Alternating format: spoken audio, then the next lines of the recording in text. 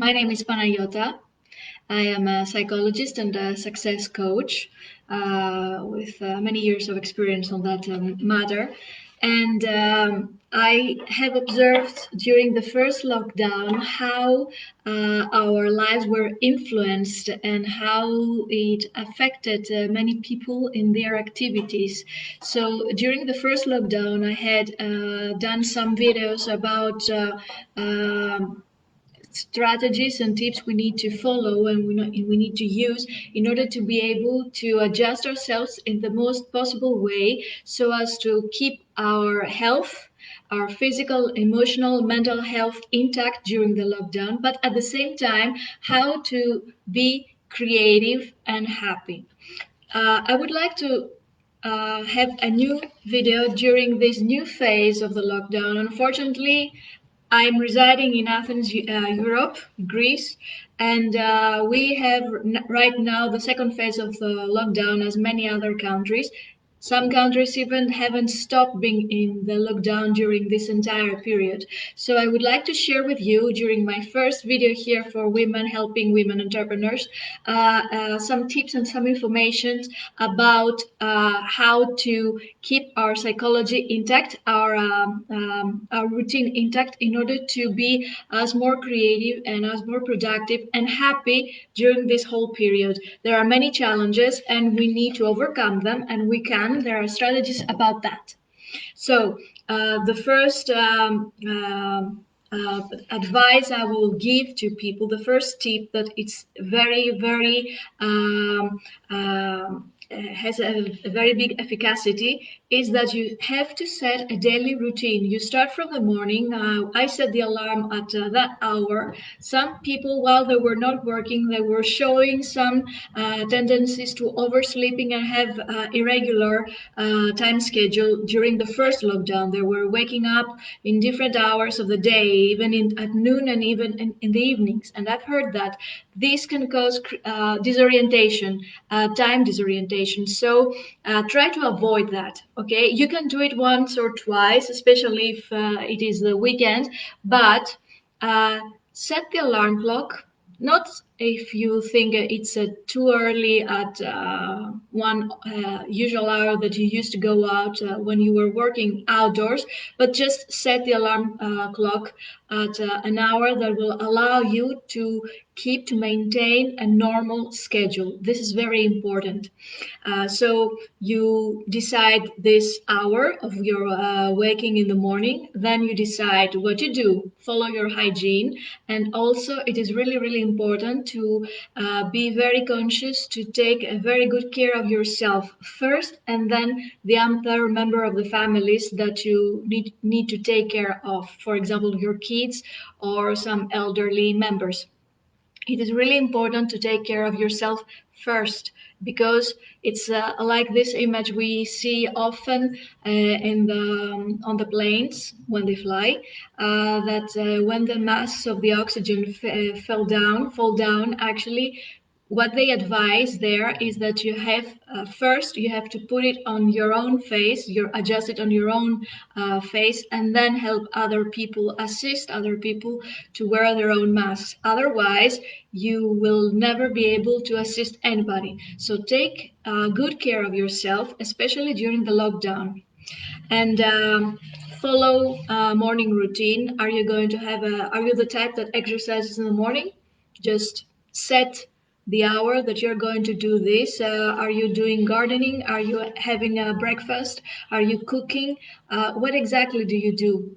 So just write down a routine or keep it in mind. The routine may change from day to day, and just follow it. Decide when it's the time that you work, when you are having your activities, other than e-learning, if you have readings, if you contact with people. For example, one part of my routine during the first lockdown was to talk with my friends on Messenger and have video calls. in the evening. So after we were finishing our activities, our professional activities, and the rest of it, we were having a cup of tea, and we were drinking that as a company, but through Messenger. That was a very good routine, and it really helped us a lot. So write this routine that this schedule. I'm saying it as a routine, but maybe for some of you this can have a negative reference. Don't worry. Write it as, call it whatever you like. So during this routine, you also it is very important to remember what type of clothes you're wearing. So um, it is very tempting to wear pajamas all around the clock, but this also can cause time disorientation, special disorientation. So you wake up in the morning, just wear the clothes you would like to. Comfy clothes are welcome, but don't look like the person who is going all the time, have a nap on the sofa. Um, Fake it until you make it. That works here too. What that means, if you like wearing nice clothes, if you like to wear your pair of jeans that you really like to wear when you're going out to have a coffee with friends, just wear it. If you fancy wearing a dress, no matter if you're going out or not, just wear it. Keep yourself ready as if you were about to go out and work, socialize, or having outdoor activities. Don't stay with the pajamas all the time. This actually demotivate us, and we human beings tend to adjust ourselves into roles. So if you want to be creative during the lockdown, just decide what kind of role you want to play during the most productive hours of the day. So if you want to be to have the role of the person that is productive and the person that is creative, you are not able to do that during while wearing your pajamas. So help yourself emotionally, and at the same time with the motivational small tool of wearing normal clothes and not pajamas during the entire day. So after all, in the evening, just before going to sleep, you will actually have the ability to wear your pajamas again. So this is a change, and this helps, especially while the changes when you are in the lockdown are not so fancy and so exciting. The small changes actually are important, and we really tend to pay attention to them, even if it is only to wear the pajamas. Another important thing is that if we are indoors all the time, we tend to forget what day it is, and we feel that the days pass by, and we don't understand that how they are one leaves and the other comes, and we don't pay attention to that. So what I would like you to do is just take a notebook. You can have a small notebook here. See that? You can have an agenda, but it's better to have a notebook, and then take a pen and write, today it's a Friday, it's the 6th of November of 2020, and write that down. Pen and paper and pen. It's very important to do like that and write it with the traditional way instead of the digital way, because the brain has a tendency to understand it in a much better way and a deeper level. So write down the day and what dates today, what month and year, and even at the end of the day, just you can sit for a while, 5, 10 minutes. You want more? Fine by me. And you just start writing the thoughts you have during the day. What were you feeling? What were your emotions? Where you if you had some impressions, just keep it like a small diary, but focus more on the cognitive process that you had. That means if I had emotions, if I felt distressed, if I felt sad, or if I felt that I felt happiness or desperation or whatever, just focus on that and write those things down. If there are some thoughts that come intensively in your mind, probably more of the negative sort. If you want, just share them with a close friend, someone you really trust, or a mentor, or a coach, or a psychological expert. Don't hesitate to ask for help, to seek for help.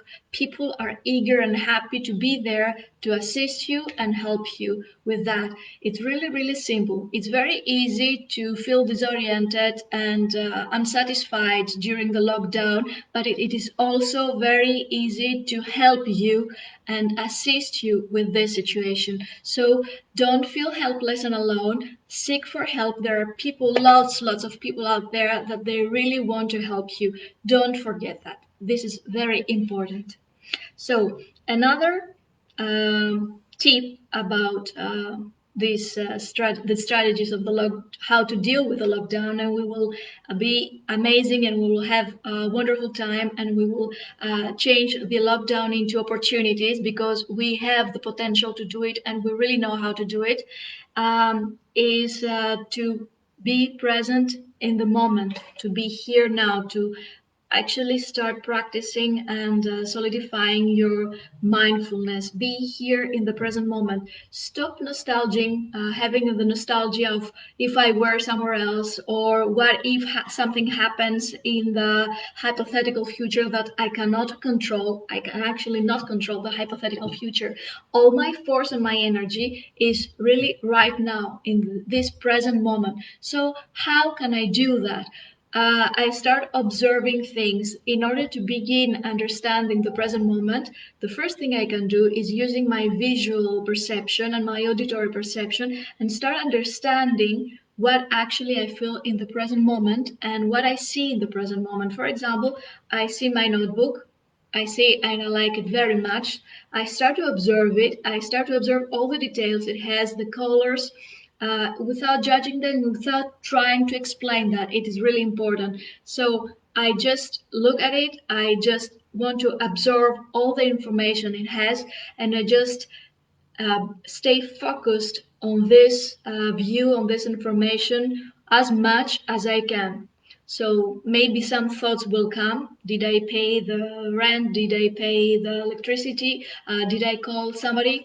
But if I start focusing again and again and again, and I start maintaining myself focused on the image, on the view I have, then it is very possible for me to uh, practice even more the sense of being here in the present moment. At the same time, I start feeling emotions, and you will observe the more you stay focused on something, especially if you admire something beautiful, whether it is a beautiful view or whether it is a beautiful melody and music that you really like, or even a perfume from a flower, from a perfume you bought, you will understand that you're start sensing a flooding of positive emotions in you, and you will understand that this makes you feel more empowered. Do this exercise as much as you can. The sooner, the most, the better. Okay, so just repeat that many times within your day, during the duration of the entire day. So find some objects, find some things that you really like. For example, I see the flower that I have behind me, and I start observing the beautiful colors the flowers, the blooms have, and just see this chrysanthemum, and I see how beautiful it is, the composition of it, all the blooms together, and I start observing at it, and then I will experience a sense of calm, of serenity, and of happiness. Do that. Repeat that during your entire day, and you will see how this will empower you and how this will help you eventually unblock some cognitive mechanisms. If you have some decisions to make, if you felt demotivated in order to make some actions, take some action steps, you will feel that this gives you the boost to move forward much better and with a happier pace. So this is one part, and the second part of being here in the present moment is by practicing your gratitude. as much as you can at the same time. These two tools are so powerful, and do not ignore them and don't disregard them. Just be very conscious about using them all the time. Mindfulness, being in the present moment, and practicing gratitude. So, gratitude means I feel grateful for what I have right now, for what I am right now. And there are thousands of things for which you can be grateful. You can be grateful for the flower that you observe, for the notebook that you had the opportunity to buy, for the money that you had in order to be able to buy that, or for the happy occasion that a friend offered you that as a present. You are grateful for the warmth and the calmness that your house offers to you. You're grateful for the beautiful smell that comes from the oven. You just cooked something. You are grateful for your clothes. You are grateful for your new ideas. You are grateful for everything that surrounds you. And whatever you like it, just feel grateful for it all the time, constantly. This is a very powerful practice, and many studies have shown that when people practice gratitude, actually they have an enhanced positive emotion, and they start having a positive attitude. So emotions just last for a few seconds, but attitudes and personality traits last for hours, months, and a long time, a long period of time. So when you practice gratitude, actually you empower your attitude, and you tune it in order to be positive instead of negative. And with a positive um, um, attitude, what actually you manage to do is that you help yourself, help your cognitive mechanisms to be more open to new ideas, to problem solving, to have resilience, to be patient, and to be resistant to failure, and to keep moving forward. And this is super. So keep uh, using that. So a new tip that another tip that I would like to share with you after having your mindfulness alert is that if you share your place, the place where you live, your house or your apartment with other people, uh, whether they are members of your family or they are flatmates, you need to set some boundaries, and you need to do that explicitly. You tell them that this is my space for this time being, and this is your private space for this time being. You are in accordance with that. You make a deal inside the house, and you explain that there will be sometimes some hours that you would appreciate to live on your own, to stay on your own private space. It is really important to have that first, because like that we imitate the social life inside our house, because we have private parts and a social part, a common area like the living room, for example, or the kitchen, where people can get together and discuss, play games, have tell jokes, or share their experiences, their thoughts, or their day. But at the same time, we have our private place areas where people can feel concentrated, can think and contemplate, can relax, and can do their own cognitive and mental activities, which is very important. This helps a lot to keep the balance inside the house. So this is a very important advice. People with children will probably say, yeah, but you cannot do that with kids. Yes, it's very difficult. I agree with you. And be at the home and homeschool your children, it's a huge challenge. And I take my hat out for you, because this is a very big challenge. And but still, you have the opportunity here to start teaching your children about privacy and about being themselves, being independent. So probably they're not going to understand it with the first time, and probably they're not going to stay on their own for more than 5 or 10 minutes.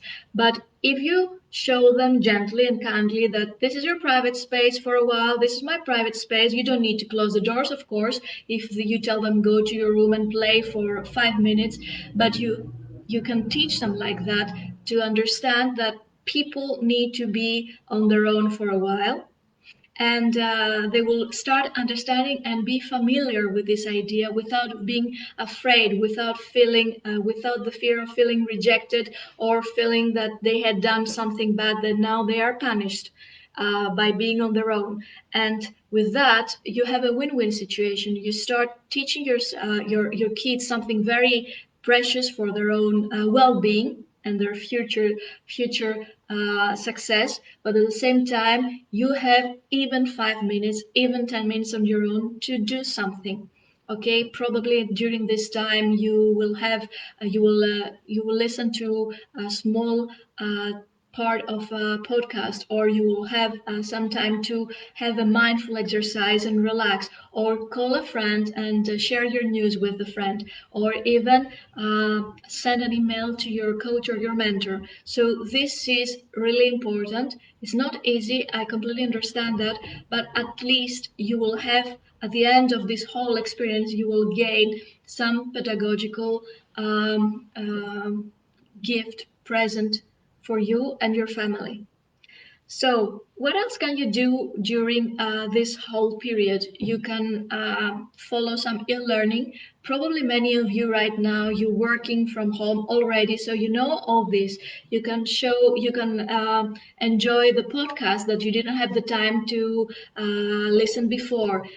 You can have exercises at home, and you can follow all the yoga or pilates or other types of exercises while you're staying home. There is an abundance of them right now on the internet, so you can enjoy whatever you like, and you can read the books that you wanted to but you didn't have the time, and they can be digital or they can be paper, and you can enjoy all this.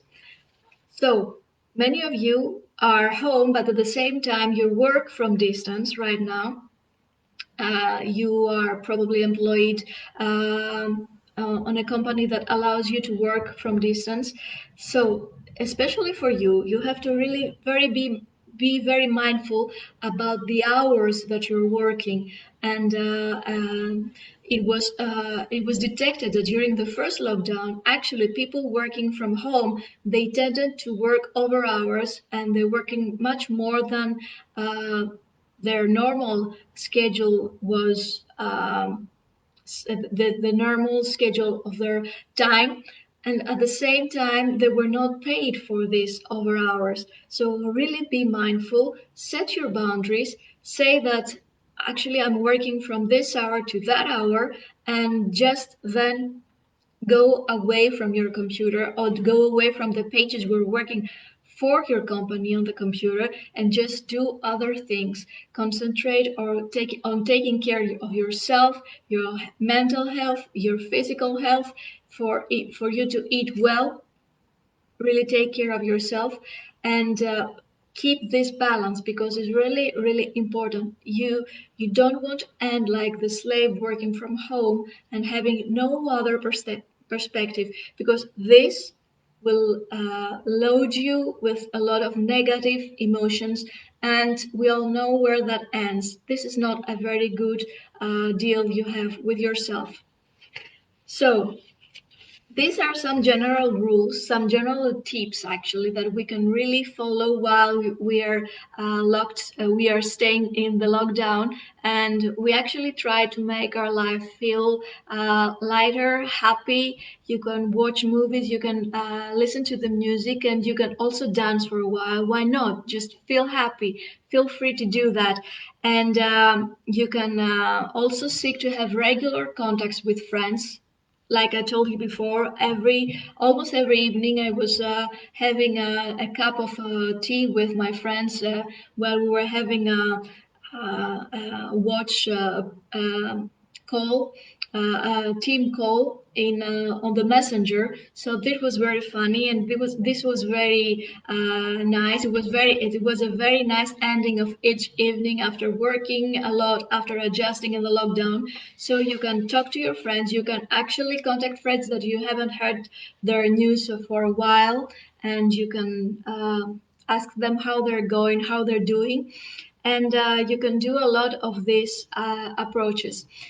But at the same time, you fix this whole daily life. It is really important once this life during the lockdown is set, is put into a normal action, that you start focusing on your goal, what you really want to achieve.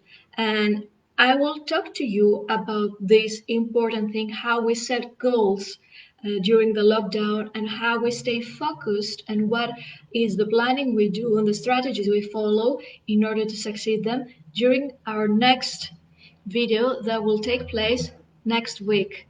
If you have questions, I will be very glad to answer them to you, and you can DM me. I'm Panagiota. You will see that here on the video, and I will be glad to have your feedback about this video and the contents of the video. And if you have any question, please send me a message, and we'll glad to answer to you. In the meantime, enjoy the first uh, new week of the lockdown. Those of you that you're not in lockdown, enjoy already what you're doing, and just have beautiful, creative, and happy days.